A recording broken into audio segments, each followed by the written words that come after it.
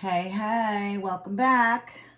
It is video lesson, oh Jesus, what is this? Video lesson 6, correct? I think it's video lesson 6. Oh my God, I can't even keep count.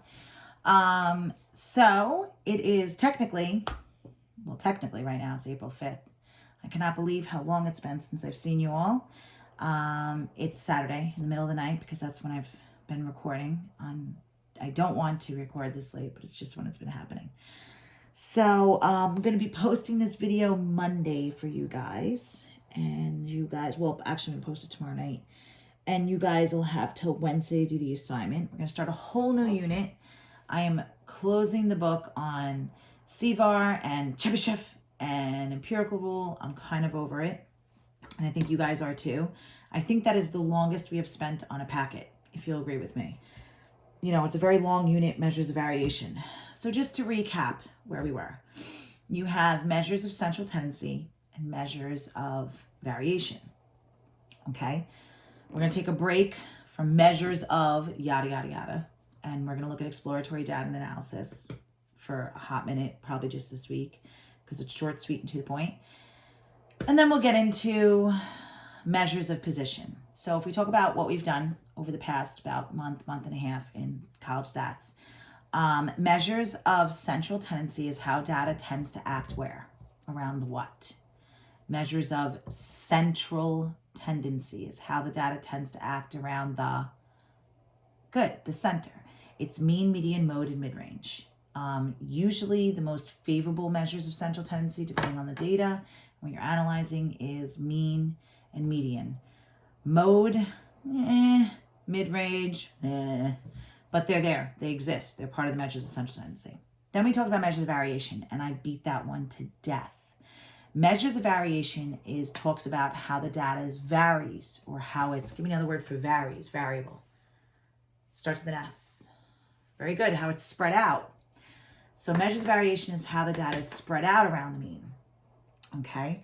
And when we talked about spread, we talked about CVAR. And we use CVAR when we want to compare apples to oranges. Okay, coefficient of variation. Like, I want to know how Miss Sakaro's kids did on her math test compared to Mr. Christensen's kids in, what does he teach? Kitty lit or something?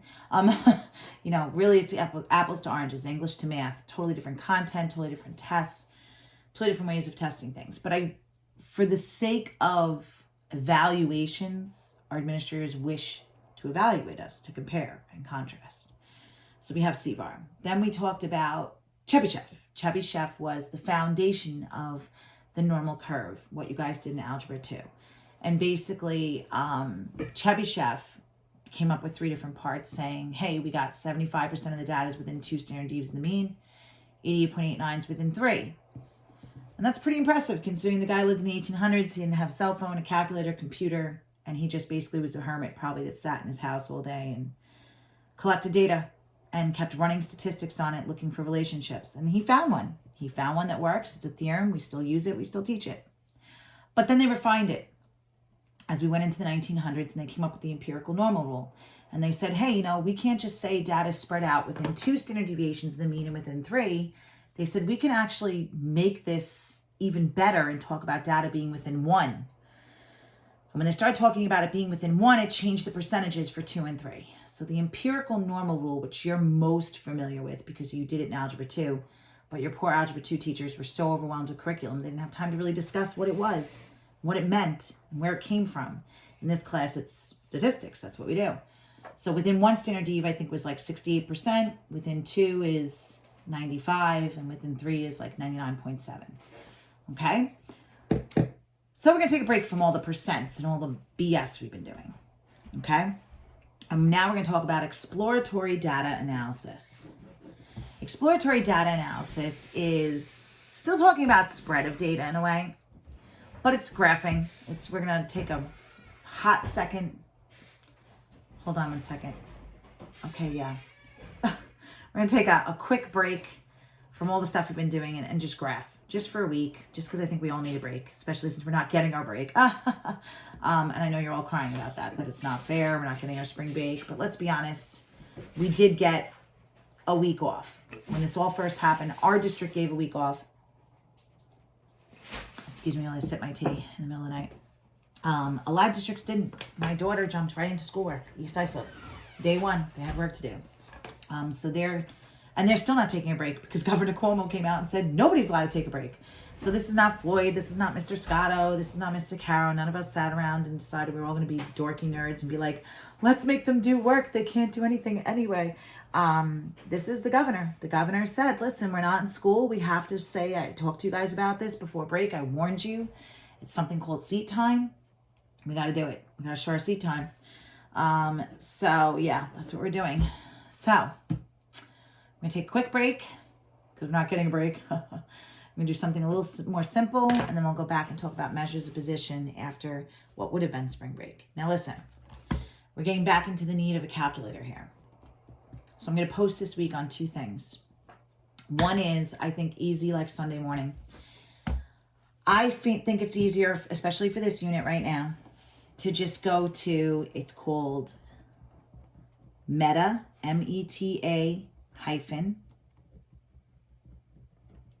calculator.com. You don't have to download anything. You don't have to do anything. You can use this on your phone, which some of you are using your phones for this.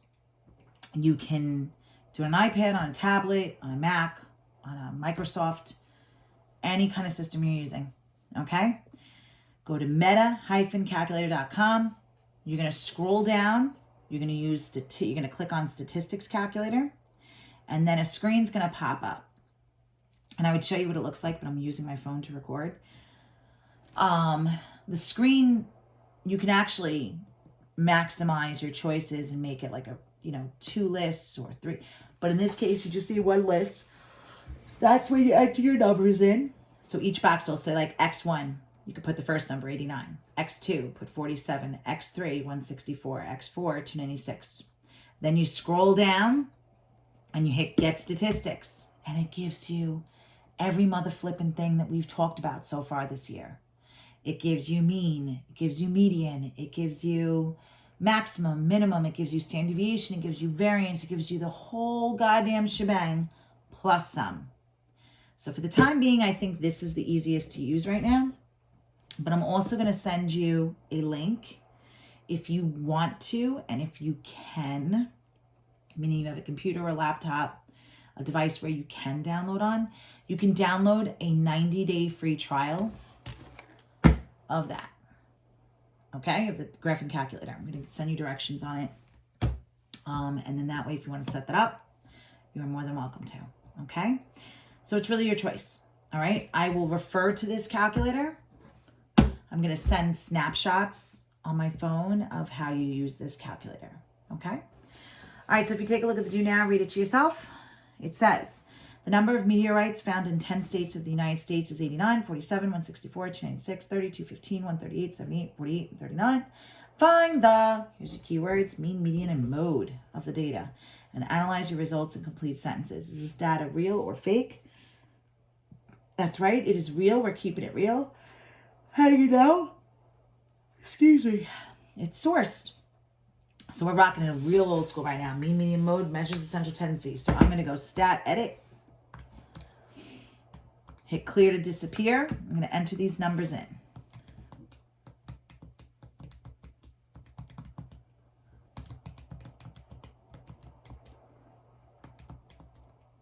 And again, if I went to meta-calculator.com, you just scroll down, do statistics calculator, you enter the numbers in there, scroll down, get statistics, I'll give you all the same answers we're going to get right now.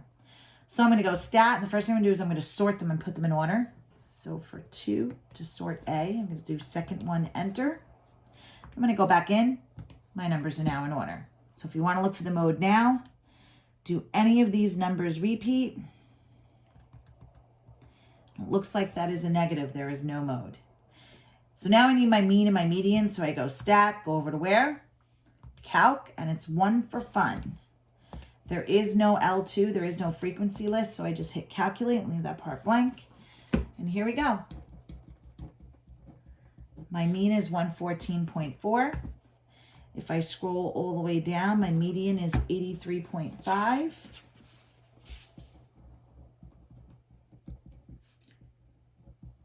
And my mode, do not write 0 because then you're implying that 0 is the mode. I'm going to write no mode. Now let's analyze. Let's write my sentences. So mean is a fancy word for what?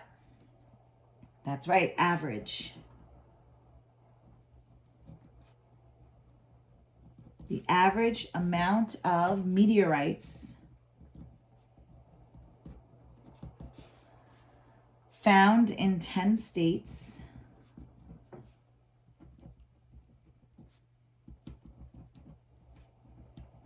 in the U.S. are 114.4. Median cuts the data in what? That's right, half. So we're going to say half the data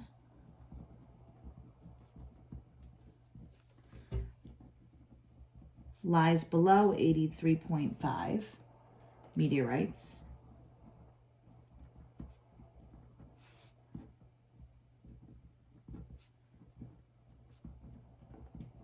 And half the data lies above it. And then you just have to write there is no mode in this data set.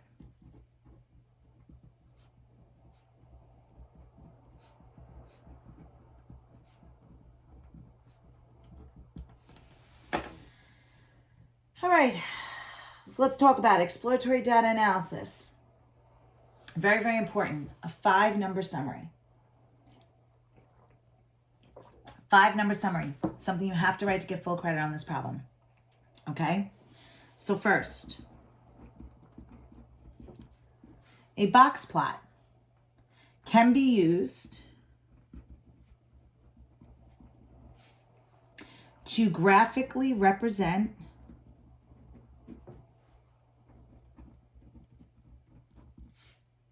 the data set.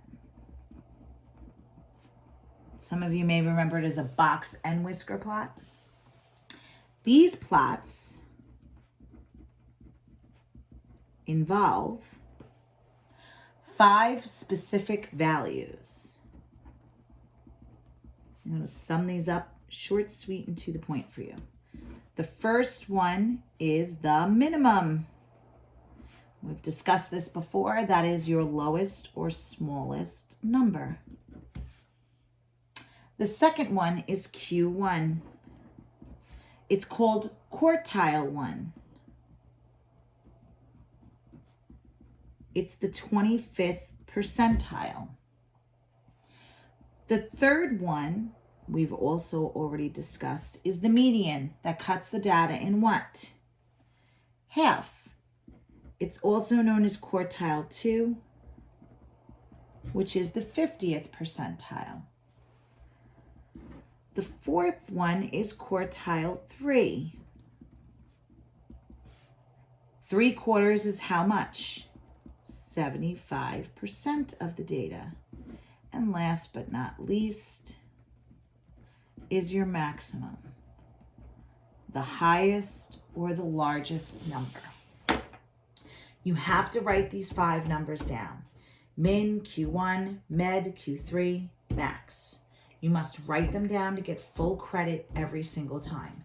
Min, Q1, med, Q3, max. So basically a box plot talks about splitting data up into percentiles. So quartile 1, you would say whatever that number is, 25% of the data is below it, 75% of the data is above it. Quartile 2, 50% below, 50% above. We wrote that up here. Half below, half above. That's the median. Quartile 3, 3/4, 75%. 75% is below that number, or 25% is above that number. The maximum is 100% of the data, and the minimum is 0% of the data. That's all it does. Takes your data and cuts it into 5 equal parts. Well, actually 4 equal parts. Sorry. But defined by 5 numbers because you have a min and a max. Okay, let's talk about what a box plot is.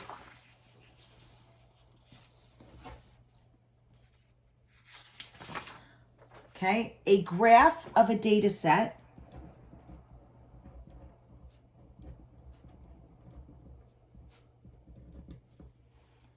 obtained by drawing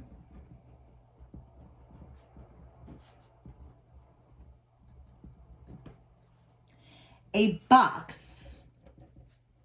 It's going to sound really complicated in words, and I'm going to sketch it. Whose vertical sides pass through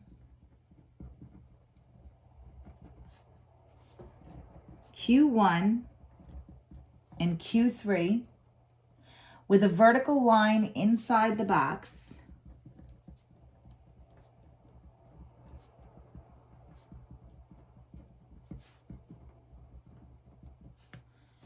through the median.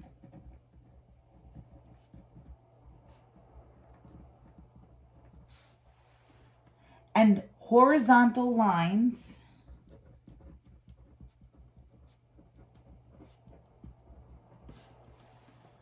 that connect the minimum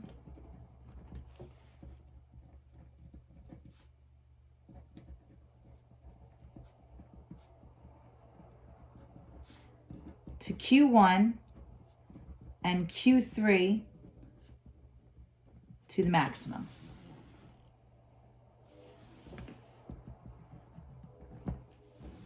Sounds so goddamn complicated. Basically, you draw a box around Q1 and Q3.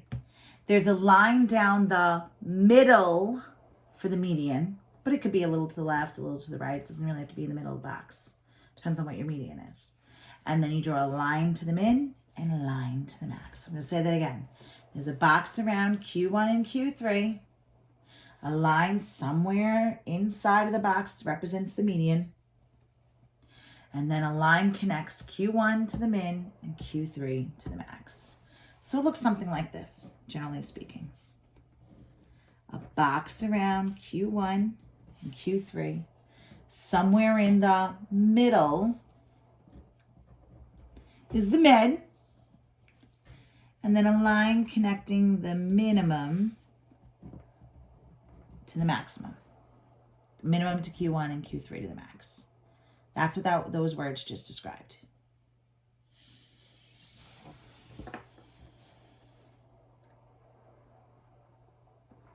So, the procedure for constructing a box plot. Step 1. Find and write the 5-number summary.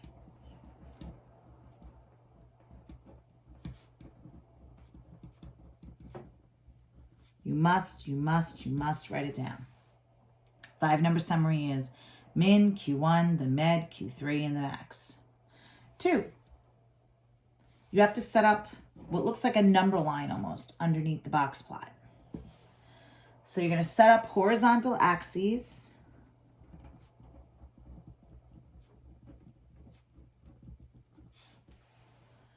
to cover min to max. I'm going to draw one right now. Don't you worry. And then step 3, you're going to draw the box plot.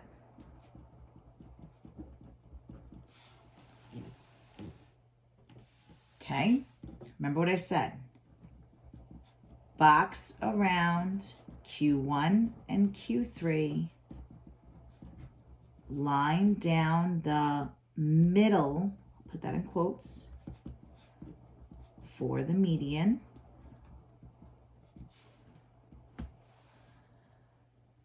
And horizontal lines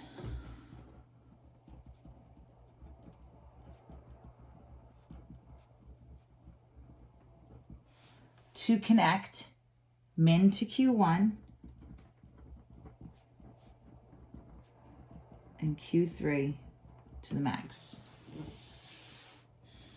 I'll give you a second to finish copying that.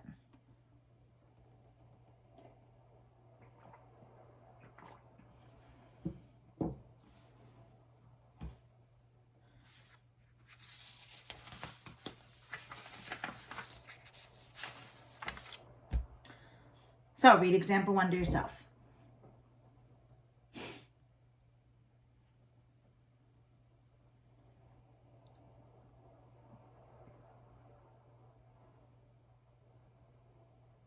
So the number of meteorites found in 10 states of the United States. Oh my God, this looks so familiar. Oh my God, it's the do now question. Yes. So I already have the numbers entered.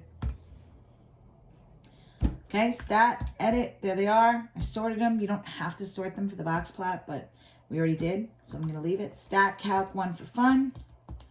Shebang. All right, I need the 5-number summary. Guess what? Scroll all the way down, and there it is, min to the max. If you do meta-calculator.com, scroll down to statistics calculator, enter in your data, scroll down to get statistics. You will find your 5-number summary in the 5,000 things that they give you. You must write these numbers down. So here's my min, Q1, the med, Q3, and the max. So the min is 30, Q1 is 47, the med is still 83.5. We got that in the do now. Q3 is 164, and the max is 296. You will lose points if you do not write that down. Then I have to set up some sort of a number line here, axes underneath. And I got to cover my range of the data from 30 to 296. So I'm going to start with 0 and count by 50s.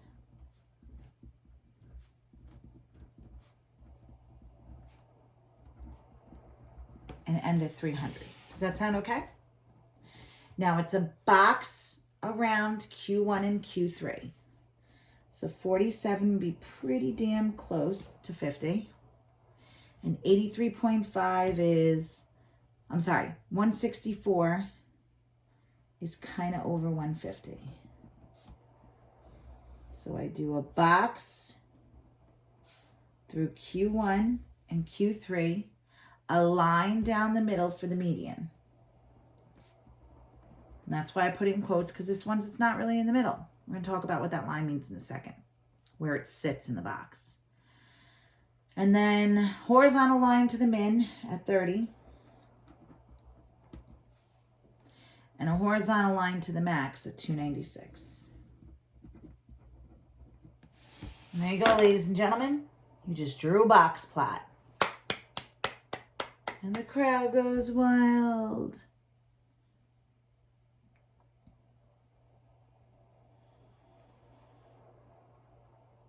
Okay, so a little something that we're going to talk about while we do this is called interquartile range.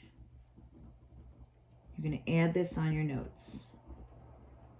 I abbreviate it, or we abbreviate it as the IQR in statistics. The interquartile range is Q3 minus Q1. So what is the IQR in this case? What's Q3 minus Q1? 164 minus 47 gives you what? Oops. Something like 117.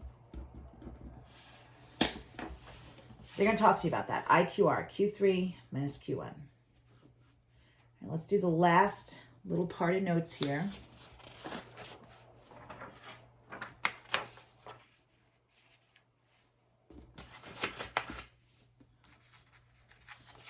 So we have information obtained from a box plot, kind of important. How do I analyze this? Because statistics is the study of data. If the median is near the center of the box, so if by some chance when I draw that line down the middle, it's actually in the middle, then we say the distribution is symmetric.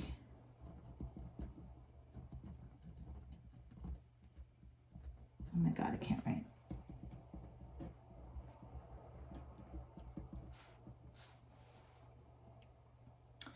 If the median is to the left of the center,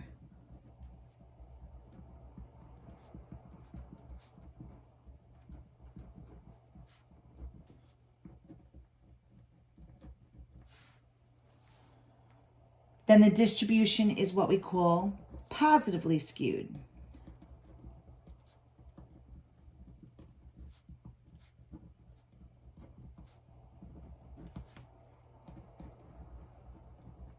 I have a way to help you remember this.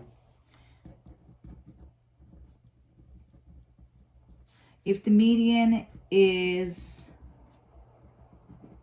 to the right of the center,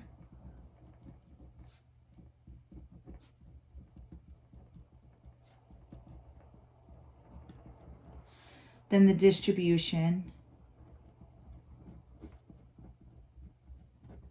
is negatively skewed.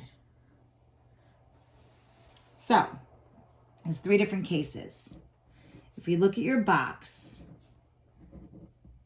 and the median's in the middle, then we say it's symmetric. If the median is farther to the left, that means there's more space to the right. What kind of numbers are to the right? Positive numbers are to the right. So we say it's positively skewed. And if the median's more to the right, there's more space to the left. What kind of numbers are on the left? Negative numbers. We say it's negatively skewed. Now, just so you know, you can also analyze the shape by the lines, the length of the lines. So I'll just note this on the side. It's similar. If the lines are the same, are equal, then it's symmetric.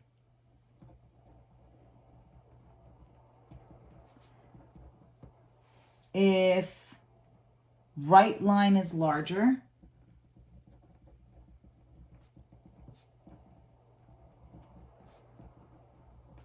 numbers to the right, it's positively skewed.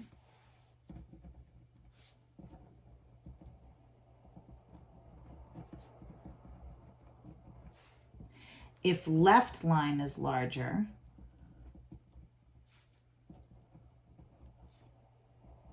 then there's negative numbers on the left.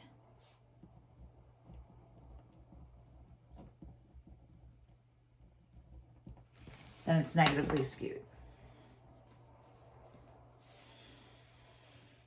So, if I go back to my question, example 1, and the question now is, describe the shape of the data set using complete sentences. So you ready?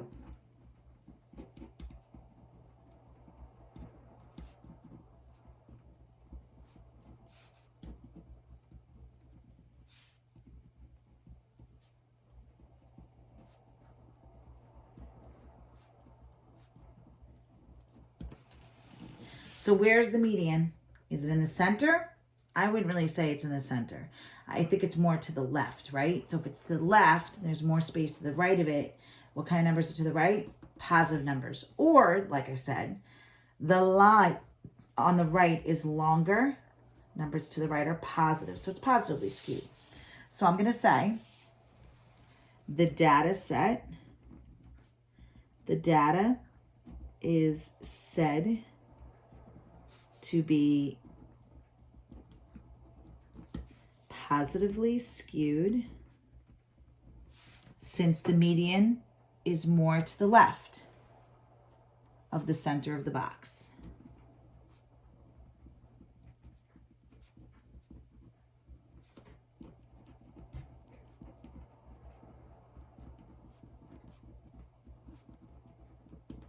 Or you could say the data is said to be positively skewed since the line to the right is larger. Okay, you could say that. Absolutely works. Okay, so your homework assignment for video lesson, what did I say this was, 6, I think.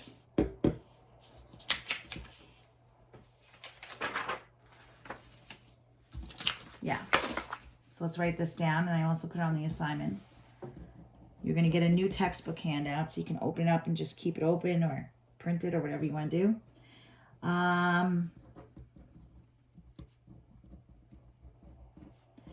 Is in the textbook, page 167, numbers 11 and 12. Now, again, if you don't have a calculator at home, you can use meta-calculator.com right here to do its 2 box plots. I would like you to draw the box plots.